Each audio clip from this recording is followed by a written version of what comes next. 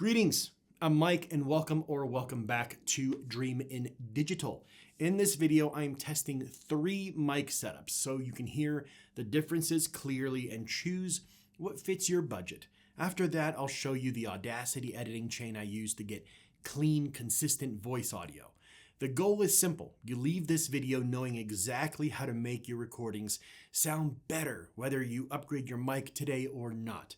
I don't like those videos where people help you, but you end up more confused than you were when you started. So my goal for myself today is to not do that, right?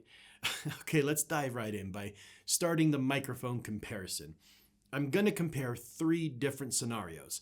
All of them are gonna be talking head like this and filmed in the same way we're doing here. What you're listening to now and what you have been listening to and what I normally use for my everyday video is my Sennheiser MKH416P48U3 short shotgun microphone. This one is actually on sale right now on Amazon for $835. I bought mine over 3 years ago, over $1,000.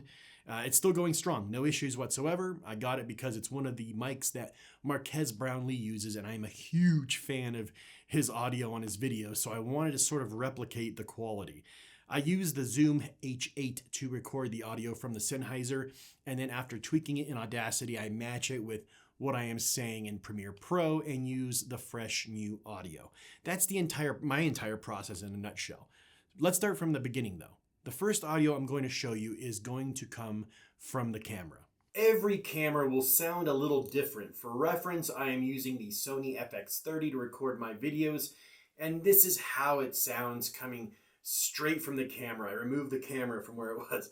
This is raw, no editing. As you can tell, it's a bit thin and tinny. It doesn't really scream quality. Here it is from the camera, but ran through Audacity.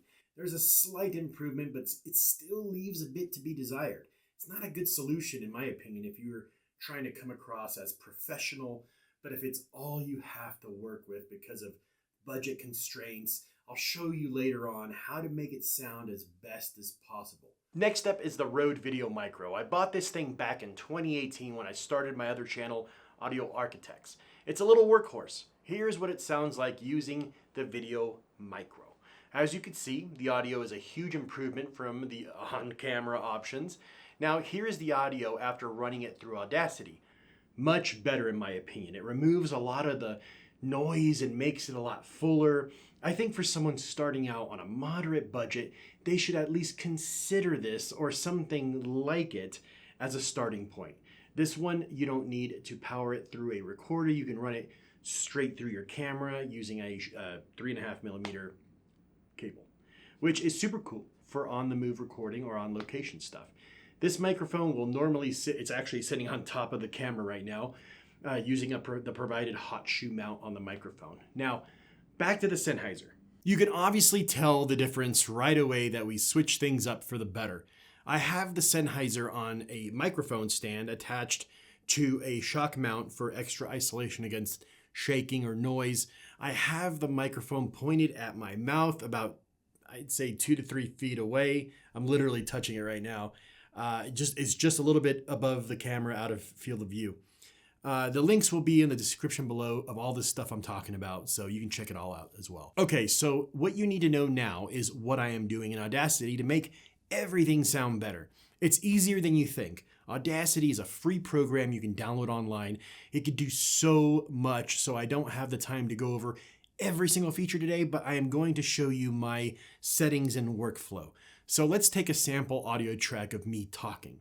First, we are going to remove the background noise from the audio. When you're recording, always allow like 10 to 15 seconds of silence in the beginning of the clip to be able to grab that sonic information and use it to clean up the entire track. First, you'll highlight just that 10 to 15 seconds of silence. You're going to go to the Effect tab and select Noise Removal and Repair. Then click on Noise Reduction.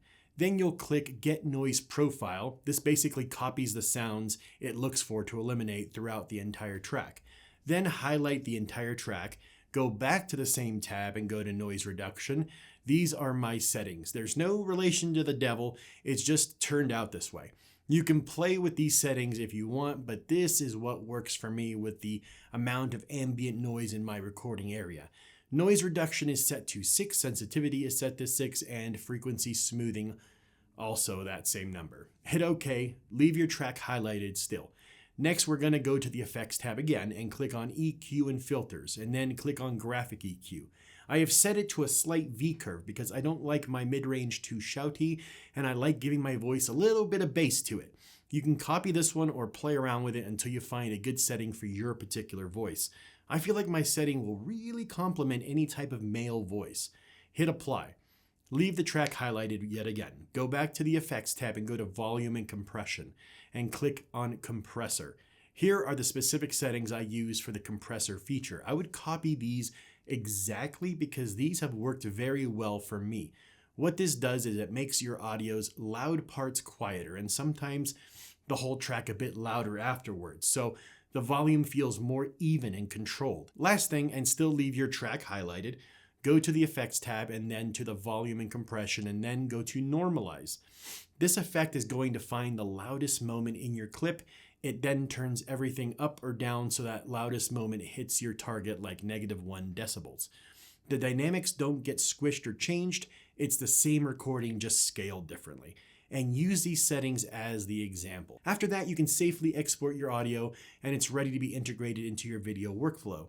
So this, as a complete guide, should have shown you 3 different options and giving you my secret sauce when it comes to editing my vocals on Audacity.